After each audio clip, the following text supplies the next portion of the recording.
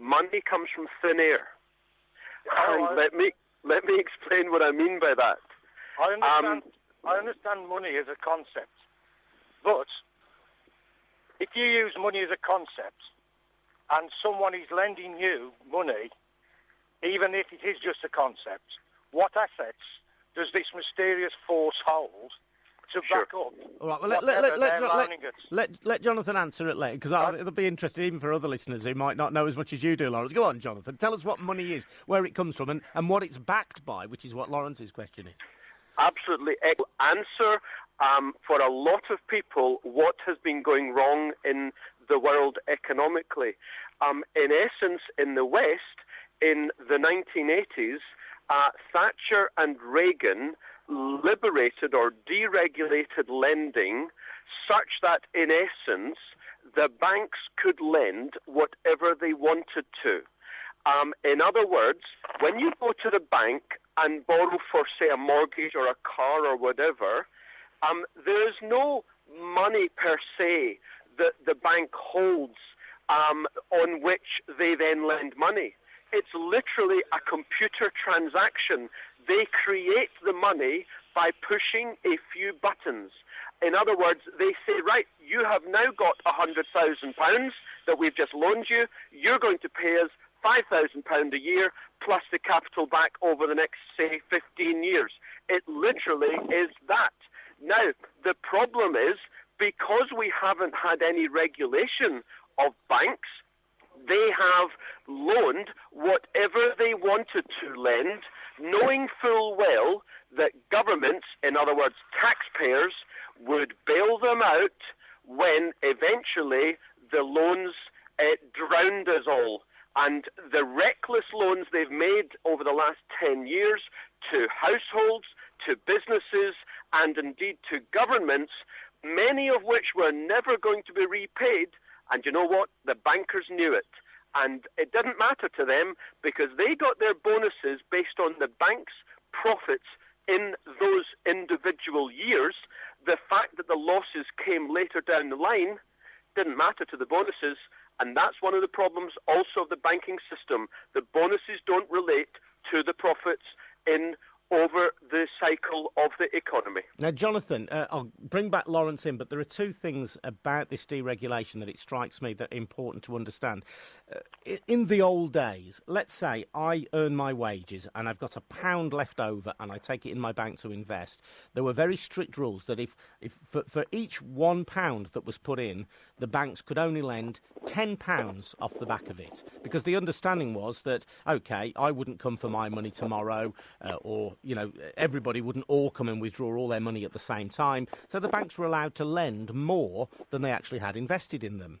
But that worked because most people didn't all come and collect all their money out of the bank at one time. And we earned interest from it as well, which is why we kept it there. But you're saying that Thatcher and Reagan and the deregulation that followed meant that instead of lending just £10 for every one, banks were free to lend as much as they wanted for every £1 invested. So, absolutely. And the reason why the banks went bust was because they were lending 30, 40, 50. My goodness, the likes of Goldman Sachs were lending 300 times their capital. And the other point, Jonathan, which is relevant to that, is that, again, in the old days, certainly in the United States, less so here, but there used to be a traditional gap between so-called retail banks, i.e. high street banks, and those that lent to investors, people who might be willing to take a risk with their money. Now, what happened is that the retail banks got into bed with the investment banks. They were all interlinked, so that when stupid investment banks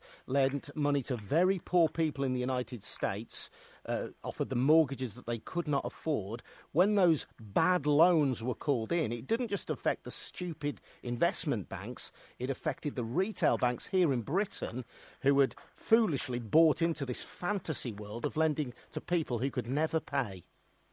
You know, when you go into your high street branch of a global bank and say you deposit £1,000, what is outrageous is that is immediately in the global casino. And the bank, whether it's Barclays, HSBC, Royal Bank of Scotland, whatever, they can then, if they want to, they can lend, based on £1,000 that you deposit, they could lend now £30,000 in the global system recklessly. And because, as you say, the high street banks were allowed to be bought by the investment banks, so they're all the same groups, they put into the deals that they said to the governments, look, if we go under, you're going to have to bail out the depositors, which means you're going to have to bail us out. And that's what the problem is in the system. But the banks... but the banks were in the bed with the governments because the governments, of course, had encouraged this deregulation, and they're linking together because they thought it was a way to make money, and it's why Britain was, proudly saying we're one of the leading banking countries in the world. Well, indeed, Canary Wharf is the root problem of the global banking system.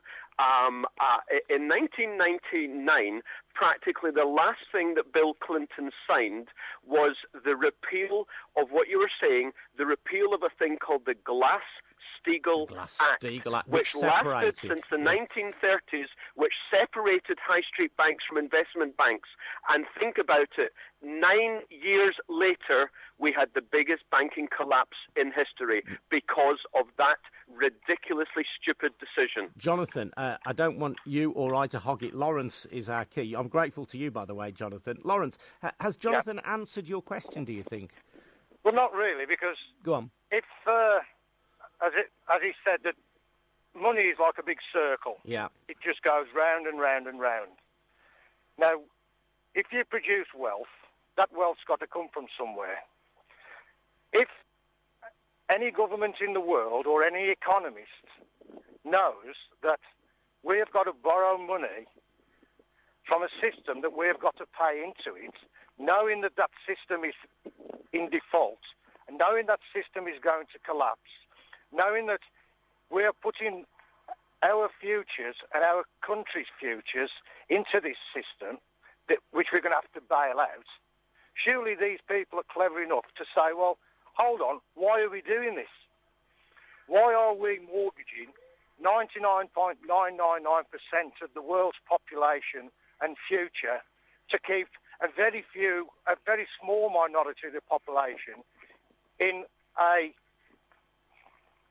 obscene wealthiness that, as I say, the majority of the world is never going to see? Well, Lawrence, can I interject there before? It seems to me that if you run a business and you're going bankrupt, you foreclose that business. But Lawrence, listen, this goes to the thing that I think Jonathan is saying, is that in the old days, if the investment banks, the casino banks, if you like, where people might have made or lost a lot of money, were not connected to the high street banks, it wouldn't have mattered. They could have gone bust. If they let the banks go bust now, and that's the reason they're desperately trying to prop up this, slightly mad system, is that all the people who have saved, all our listeners who have saved thousands of pounds, the danger is that their deposits, all their savings, will be wiped out. That's the myth.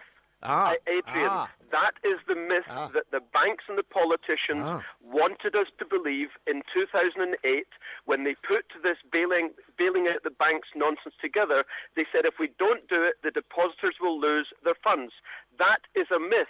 All they had to do was move the deposits from, shall we say, bad bank A into good bank B. And you said yourself, you're quite right, the politician, the governments exacerbated the situation. They allowed and indeed encouraged the lending. Why did they do it? Because when banks are making money, particularly in the UK, because we've got such a high proportion of our economy is global finance, then of course that brings taxes, employment and so on. It means that governments can do the things that they want to do. So Jonathan, However, briefly, because... Go on, inevitably, the banks are then going to lose vast sums. We all have to bail them out, and some compared to what we took in taxes. Jonathan, then... If I could just ask the same question as I asked at the beginning, what is backing the money that this World Bank or whatever gives out? Yeah, it used to be gold. Yeah, well, what the bank work anymore.